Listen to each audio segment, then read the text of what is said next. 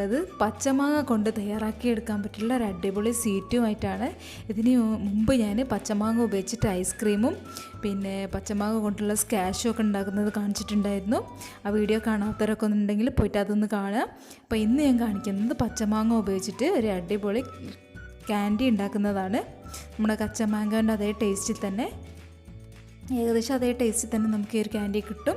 അപ്പം എങ്ങനെയാണ് ഉണ്ടാക്കുന്നത് നോക്കാം.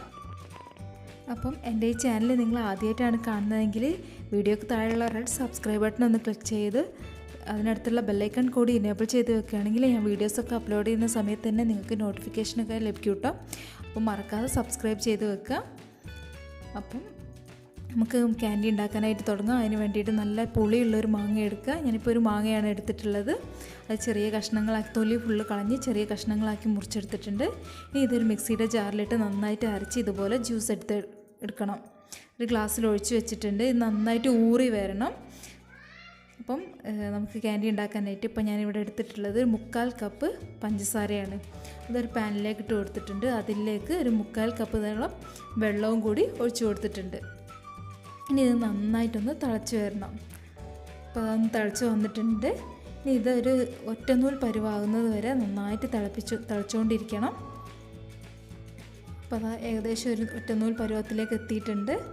ഈ സമയത്ത് നമ്മൾ നേരത്തെ അടിച്ച് മാറ്റി വെച്ചിട്ടുള്ള മാംഗോൻ്റെ ജ്യൂസ് ഉണ്ടല്ലോ, അത് ഇപ്പം ഏകദേശം ഇതിൽ കാണുന്നുണ്ടോയെന്ന് അറിയില്ല, ഒന്ന് ഇതായിട്ട് വന്നിട്ടുണ്ട്. അപ്പം അടി കൂടാതെ മേലുള്ള തെളിവെള്ളം മാത്രം ഒന്ന് ഊറ്റിയെടുക്കുക.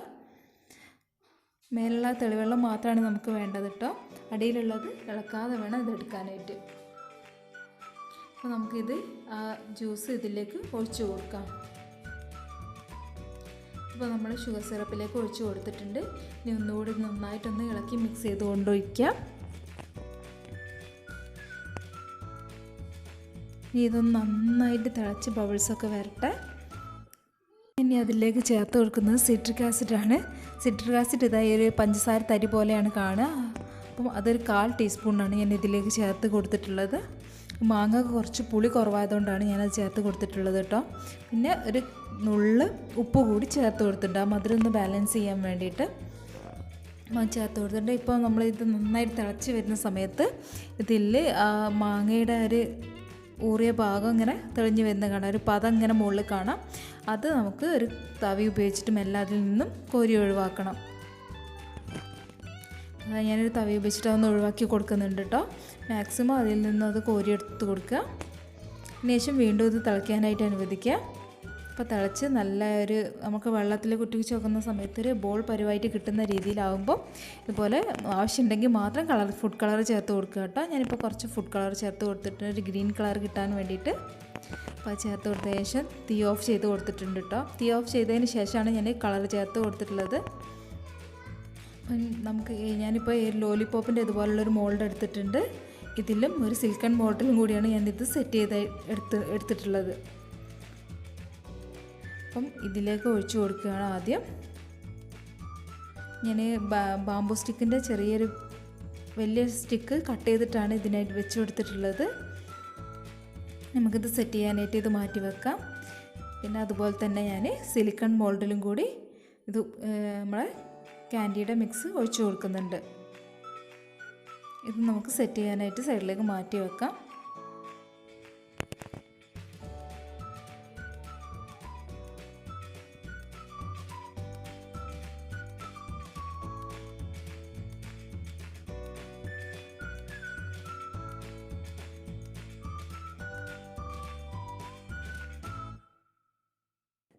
ഇപ്പോൾ കുറച്ച് സമയം ഇത് നന്നായിട്ട് തണുത്തിട്ടുണ്ട്.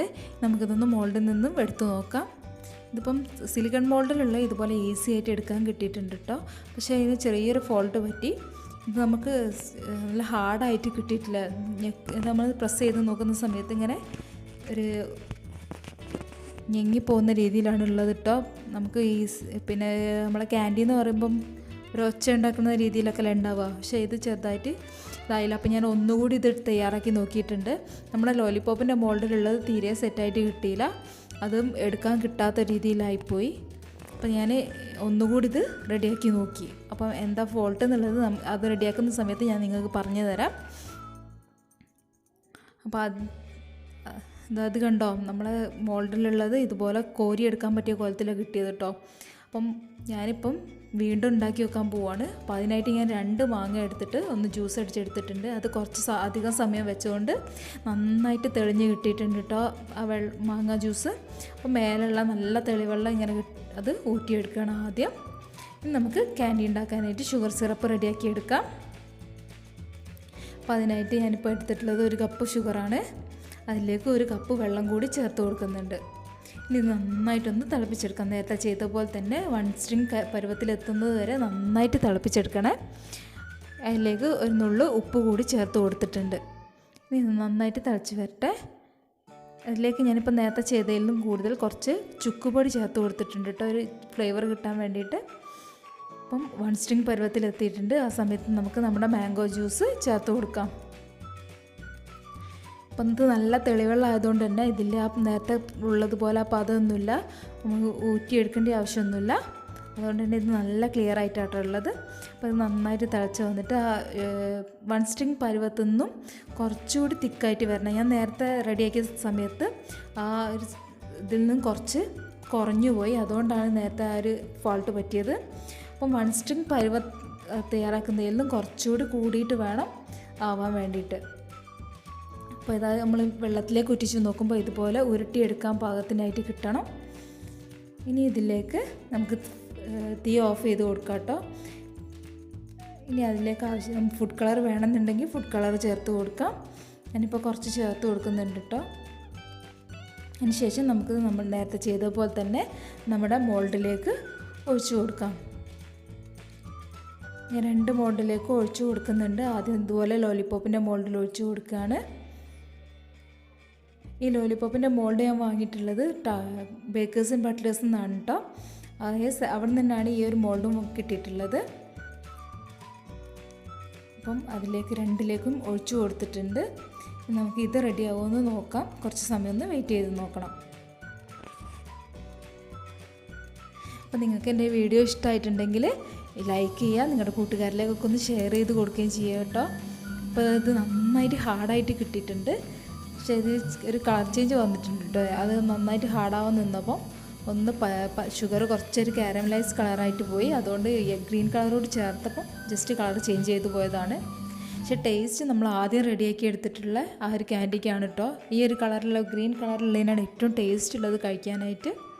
അപ്പം 2 രീതിയിലും നിങ്ങൾ തയ്യാറാക്കി നോക്കുക. നിങ്ങളുടെ അഭിപ്രായങ്ങളൊക്കെ ഒന്ന് കമൻറ്റിലൂടെ അറിയിക്കുക. പിന്നെ നിങ്ങൾക്ക് എൻ്റെ ചാനൽ ഇഷ്ടമായിട്ടുണ്ടെങ്കിൽ ചാനൽ സബ്സ്ക്രൈബ് ചെയ്യുക. അതിനടുത്തുള്ള ബെല്ലൈക്കൺ കൂടി എനേബിൾ ചെയ്ത് വെക്കുകയാണെങ്കിൽ ഞാൻ അപ്ലോഡ് ചെയ്യുന്ന എല്ലാ വീഡിയോസിൻ്റെയും നോട്ടിഫിക്കേഷൻ നിങ്ങൾക്ക് മുടങ്ങാതെ ലഭിക്കുന്നതായിരിക്കും.